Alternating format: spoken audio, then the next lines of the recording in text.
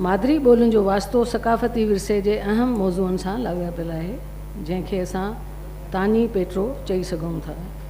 मादरी ॿोलियूं उहे ॿोलियूं आहिनि जेके जाग्राफियाई विरछ थियल हदुनि में समाजी ग्रोहनि ऐं क़ौमनि जे हिसे में ईंदियूं आहिनि ऐं उहे ई आगाटे वक़्त खां सकाफ़ती विरसे जो बचाव कनि थियूं। ॿोलियूं इनफ़रादी सुञाणप ॾियनि थियूं, इंसानी समाजी वहिंवार में हिकु अहम किरदारु अदा कनि थियूं। सकाफ़ती विरसो लोक अदब जे वसीले तसलसल पैदा करे थो, जेको ईंदड़ नसुल में मुंतक़िल थियण जो जवाज़ पैदा करे थो।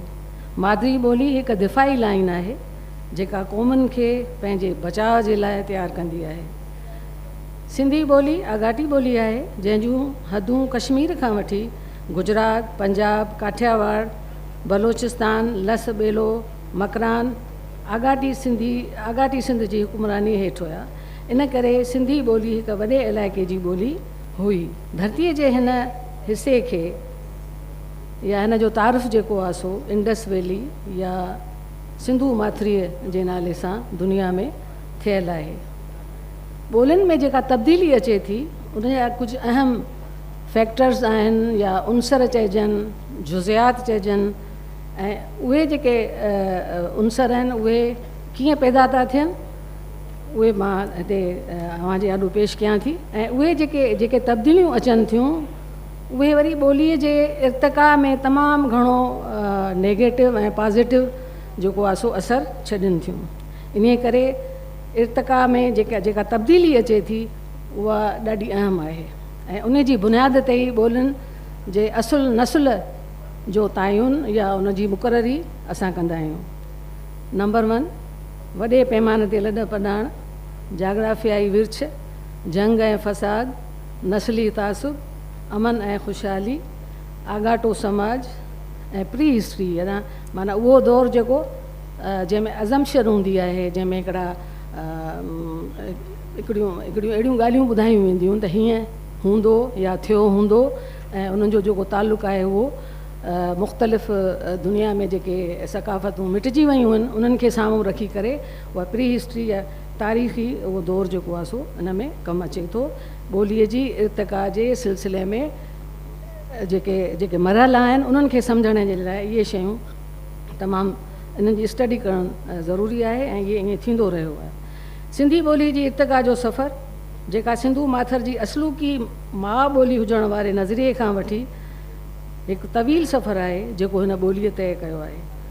आर्या ऐं अण आर्या जे बहस खां वठी कोल ऐं संथाल जे हिन खंड में अचण खां पोइ ॻणप वारो जेको सिलसिलो हुयो ऐं उनखां पोइ सिंधूअ किनारे वेदनि जो लिखजणु सिंधी ॿोलीअ जे सकाफ़ती विरसे ऐं लोक अदब जे जनम वठण जो इब्तिदाई दौरु चई सघिजे थो।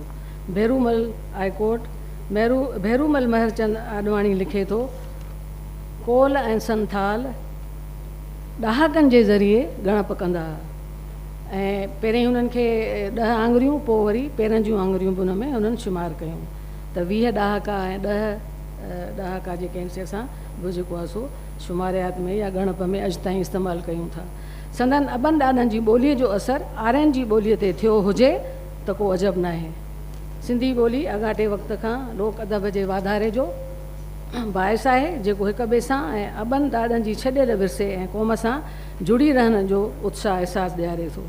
लोक अदब ॿोलीअ जी आरसी आहे जंहिंमें ॿोलीअ जी लुग़त, जमालियाती क़द्र, फ़लसफ़ो ऐं फ़िक्र,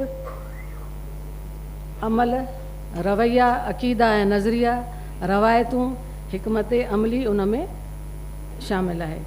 सिंधी ॿोलीअ जो लोक अदब गाहनि, गीतनि, चवणनि, आखाणियुनि, पहाकनि, गीचनि, दास्ताननि में ज़िंदा आहे।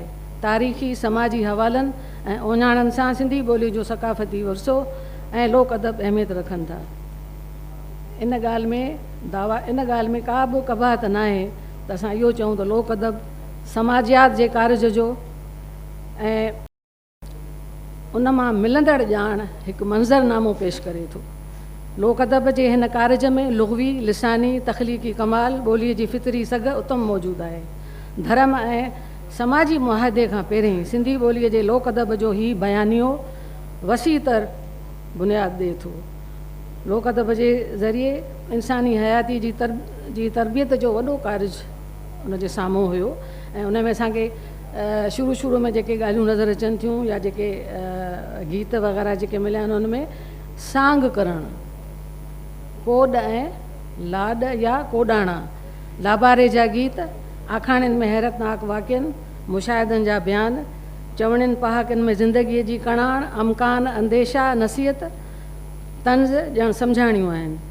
मिसाल जे तौरु जीअं असां चवंदा आहियूं धूड़ पाए या धूड़ विझेसि राइज आहिनि, जंहिंमें हिकु आला सम्झाणी ॾिनल आहे।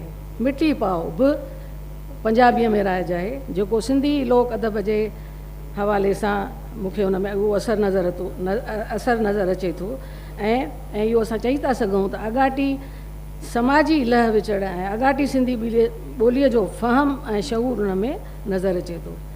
इन खां अलावा बि तव्हां ॾिसो त सिंधी ॿोलीअ में हिकिड़ो पहाको आहे या हिकिड़ी चवणी मशहूरु आहे त ॾखणु मींहुं न वसणा जे वसे त ॿोड़े, काइर धक न हणणा जे हणे त झोरे। मौसमनि जे हवाले सां, माण्हूअ जी साइकोलॉजी जे हवाले सां इहे अजब क़िस्म जूं चवणियूं असां वटि मौजूदु आहिनि। हिन खे मां अञा मुख़्तसिर थी कयां, छा आहे जो हुन में हिन मक़ाले में लुग़त जे हवाले सां हिन पेपर खे जेको आहे सो कलमबंद कयो वियो आहे ऐं हिन में अकुल ऐं दानाईअ खे पिणु परखियो वेंदो। आखाणियुनि, इश्किया, दास्ताननि ऐं गाहुनि मां समाजी ऐं तारीख़ी आसार बि नुमाया कया वेंदा ऐं सभ खां पहिरीं जेको आहे सो लोकगीत, ॾहसनामो हिकु अहिड़ी सिंफ़ आहे लोक अदब में जंहिंमें हिकु ॿोली जा 10 लफ़्ज़ इस्तेमालु थियल आहिनि। सिंगार शाइरी अञा उन खां वधीक ॿोलीअ खे जेको आहे सो उन शाहूकार कयो आहे। उन में हिंदी शाइरी जो असरु असांखे नज़र अचे थो। त हिननि सिंफ़नि मां ॿोलीअ जी ॼाण, जमालियाती ज़ौक़ ऐं क़दुरु जेके आहिनि से उहे उन्हनि खे खोले बयानु कबो। नसरी सिंफ़ुनि में आखाणियूं, इश्किया दास्तान, रुमानवी सिंध जो माहौल उनखे कलम खयो वियो आहे। उनखां पोइ जेको आहे सो लुग़त, ख़्यालनि ऐं लफ़्ज़नि जी अहमियत। ख़्याल ऐं लफ़्ज़ मां मुराद इहा आहे त लफ़्ज़ ऐं ख़्याल हिक ॿिए जा ज़रिया आहिनि। लफ़्ज़ न हूंदा त ख़्याल जनम न वठंदो, लफ़्ज़ न हूंदा त ख़्याल उसरंदो न ऐं न ई हुनजो को वजूद असांखे मिली थो सघे।